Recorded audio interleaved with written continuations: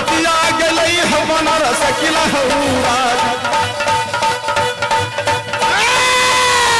रबरा लबतिया चल बनारस किला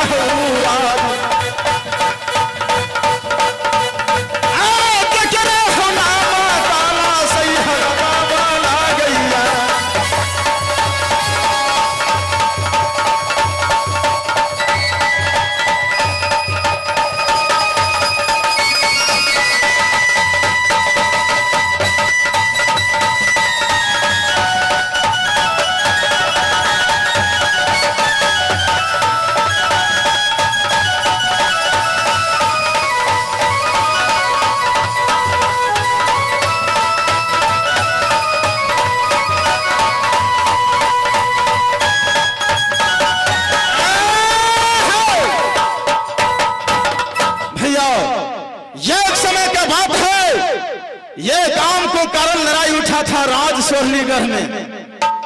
ये काम को कारण मेरे पिताजी को सर काफियत कौन जिसको नाम पड़ता है करिया दंभा। उस समय ये रुद्र सिंह बहुत मैदान था। विपद को मारे हुए 8 रोज के भूखे प्यासे मामा महल सरदार को दरवाजे पर मेरे माताजी गई। मामा महल सरदार लाठी से मार मार को दरबार से उस जगह से मेरे मां चली गई कहां? घर बनारस। घर बनारस को रहने वाला जिसको नाम पड़ता है भैया ताला सैयद, वह ने जात का मुसलमान था। उनको साथ मेरा पिताजी का दोस्ती चल रहा था।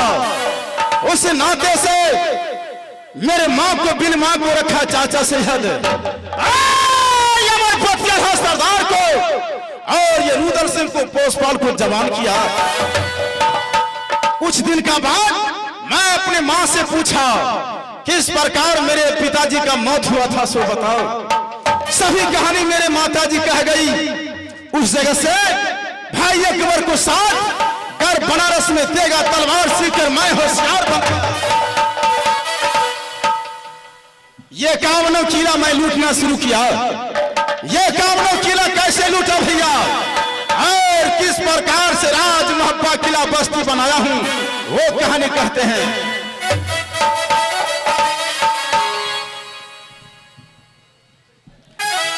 ओहो सुनो चार चाय अमरूदल का पूर्व नक्षत्र में रूदल जन्मई। एक दिन पर गई जो अतबार बमा भाग में सनी विराज। दुर्गा की दरबार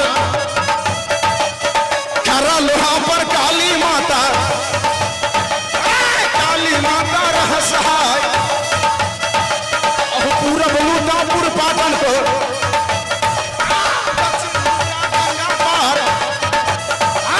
पश्चिम लूटा धौलागिर को, उत्तर लूटा हिंद पहाड़, खाना लूटा नैना लूटा ढोल बजाए।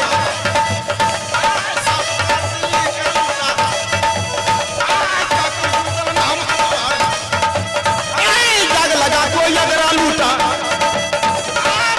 सुनो हमारी बात, घोड़ा खुल गई इंद्रासन को, रुदल खुले मोहवियाबाद रुदल पहुंचा। बस्ती लोग ही भागन भागे।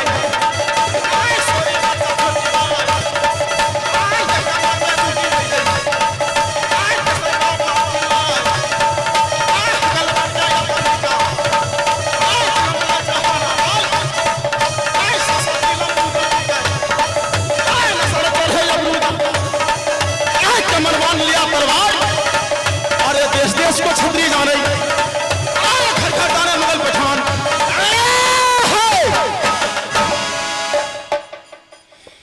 प्रकार से भैया ये 51 किला लूट कर मैं राज महब्बा किला बस्ती बना लिया हूं।